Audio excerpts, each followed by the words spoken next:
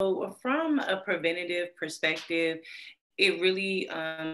sheds some light on understanding your personality type, as well as understanding what your work-life balance is if you are a person who works outside of the home. And, whenever you're practicing preventative emotional mental health, you're really kind of looking at how much are you pouring out versus how much you're getting in, and we helped our clients and our families to really create a collective care model versus self-care. Like self-care, I don't want to say it's played out, but it really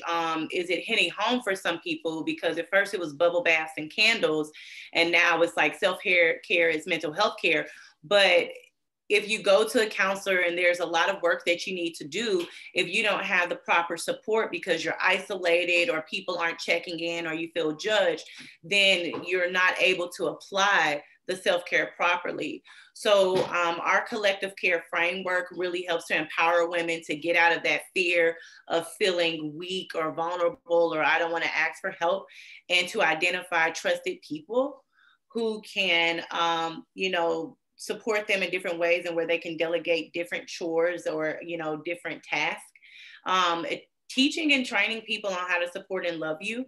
And something, because we are talking about women's health and wellness, even thinking about our monthly menstrual cycle or moon time, we're expected to work, cook, and clean like if we're not having a cycle. So also like retraining the people who live in your home or around you that when it's that time for you, that your chores or your responsibilities should be lessened, and you should be able to have collective care and delegation so that you can have your hormones and your emotional and mental balance there. And then whenever you do invest into your self-care to build up your mental emotional well-being,